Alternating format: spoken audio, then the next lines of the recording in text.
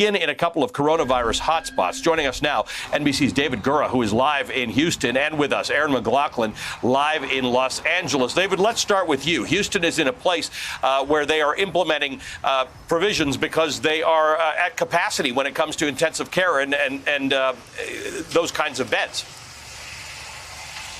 Yeah, this is a place, to borrow a phrase from Anthony Fauci, that's setting records. Houston had 1,800 new cases yesterday. There were 8,000 new cases across the state of Texas yesterday, Ali. And you look at those intensive care unit beds. This is a medical capital of the world. The Texas Medical Center is the largest hospital facility in the world, and they have a lot of ICU beds. They have 1,330 ready to deploy. They are full at this time. There are more than 3 dozen more patients in beds than they have traditionally in place in that medical facility. Now, they say they have about 800 more beds that they'll be able to put into place if they make adjustments within all of those hospitals. But as we've learned from our colleagues in ProPublica that have been reporting on the conversations taking place among hospital executives here in Houston, they're worried. They're looking at that curve, that exponential curve, and wondering where things are going to go. They know they're going to go up, but they don't know how far. And you mentioned what happened with the governor, Greg Abbott.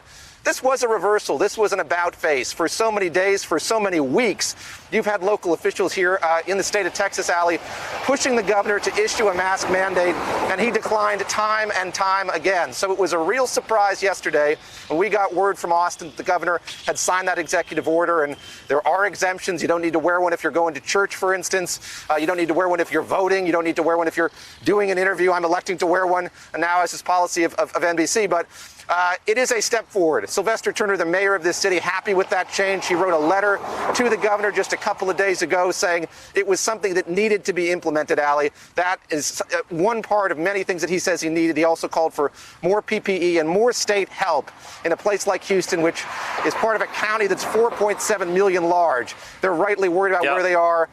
Testing is going up nominally, but demand is going up much more than that, and that's the real problem here. People want to get tested, and it's still too difficult for them to be. That is a major issue. Yeah. Same thing in Arizona. The cases are going up faster than the testing, so the whole idea that more testing means more cases is not accurate. Aaron McLaughlin, in Houston, in Texas, we had a situation where some would argue officials weren't taking social distancing and mask wearing seriously, and they've turned around on that. But that wasn't the case in Los Angeles or Los Angeles County or California. This is a place where the governor had acted when New York acted and when Washington State acted and the mayor acted. So what's happened there?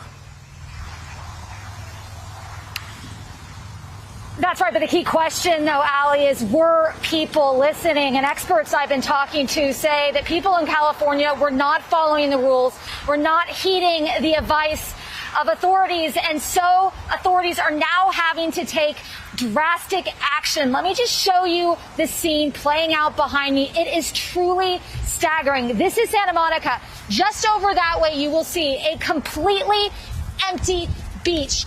Very few cars, if any, parked in that parking lot. Normally on a 4th of July holiday, that would be absolutely packed with thousands of people here to enjoy the beach, here to enjoy the fireworks. The fireworks now prohibited. The amusement park to my shoulder that way completely shut down as well. That is the scene playing out up and down the California coastlines as authorities are trying to get this from spiraling out of control. So 56% increase in cases over the last 2 weeks here in California. Speaking to people out in Santa Monica today, they told me they recognize people were not following the rules. They're generally supportive of these drastic measures. Take a listen.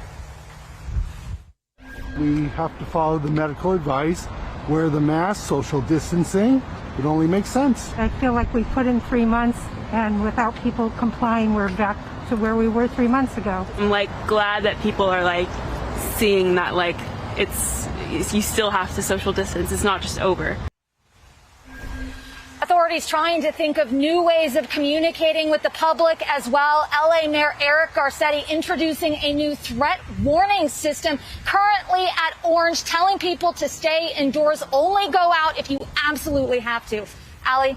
Hey there, I'm Chris Hayes from MSNBC. Thanks for watching MSNBC on YouTube. If you want to keep up to date with the videos we're putting out, you can click subscribe just below me or click over on this list to see lots of other great videos.